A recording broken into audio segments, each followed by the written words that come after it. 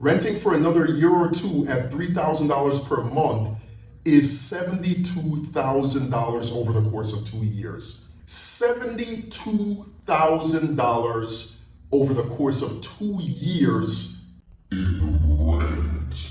No! Today I'm making a short video to talk about what's been the hot topic lately, right? With the state of real estate, one of the biggest conversations people are having is whether or not they should still buy a house or they should just wait and continue to rent.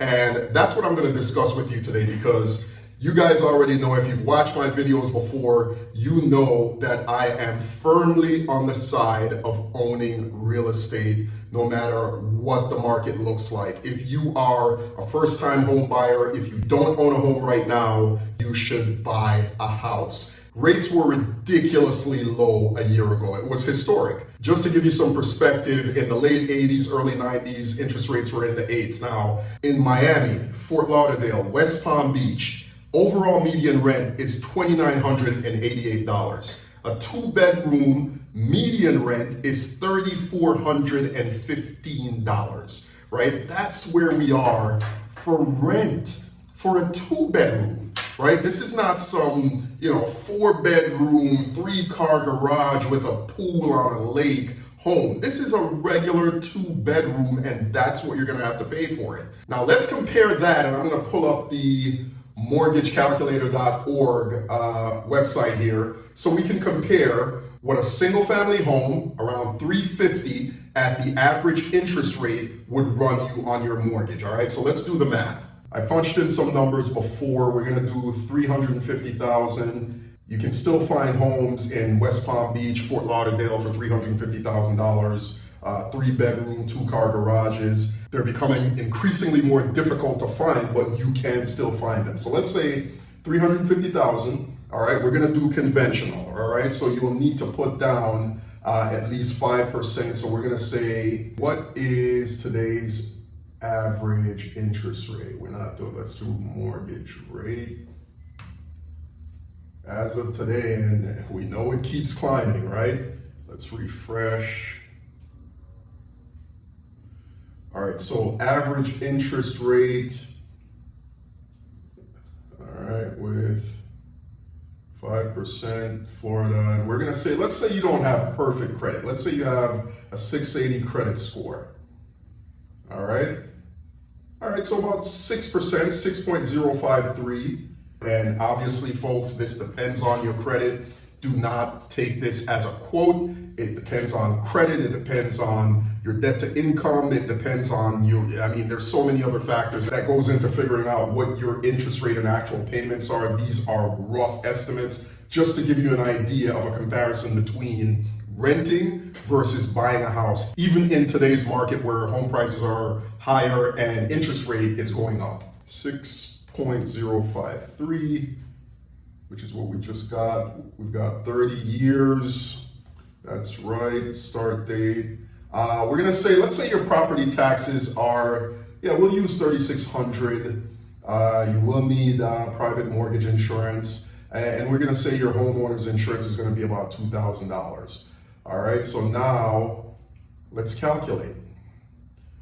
All right, and you can see here, the calculation shows that your payment with PMI is about $2,600. You remember what the rent payment was that was reported by the Priced Out of Paradise folks. And for a 2-bedroom, you're looking at almost $3,000, in some cases over $3,000. If you're going to spend $3,000 a month on rent, what would you rather do? Would you rather give that money to a landlord, which you will not be recuperating? Instead of renting, you now have a property that you own that is gaining equity. It's appreciating in value, right? So not only do you have the stability, the peace of mind, somewhere to raise your children, somewhere that you can lay your head at night and know that it belongs to you, but now you have an investment that is actually gaining equity, not only for you, but for your children and for future generations in your family. If you're paying rent of $3,000 per month, that's $36,000 in 1 year, folks. Think about that. I'm just gonna let that sit for a second.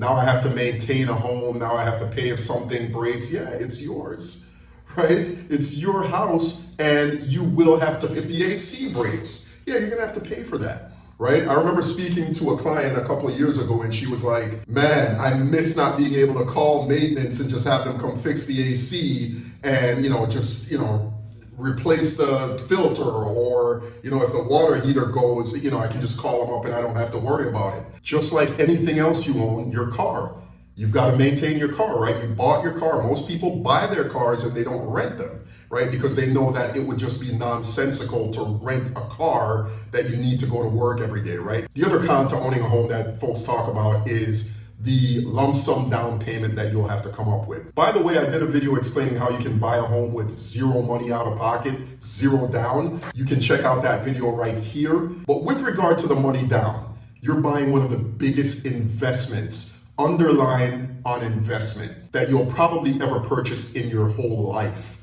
The bank is going to want to ensure that you have a vested interest in taking care of that property, maintaining it. Owning a home is hands down one of the best investments you can make. There's so many intangibles, right? I cannot tell you the feeling, the look on someone's face the first time I hand them a set of keys to their own home. I appreciate you watching, guys. As you know, I'm also a mortgage loan originator. So if you need help getting pre-qualified for a mortgage, I can help you with that. Don't forget to like, share, and subscribe. Thank you for watching.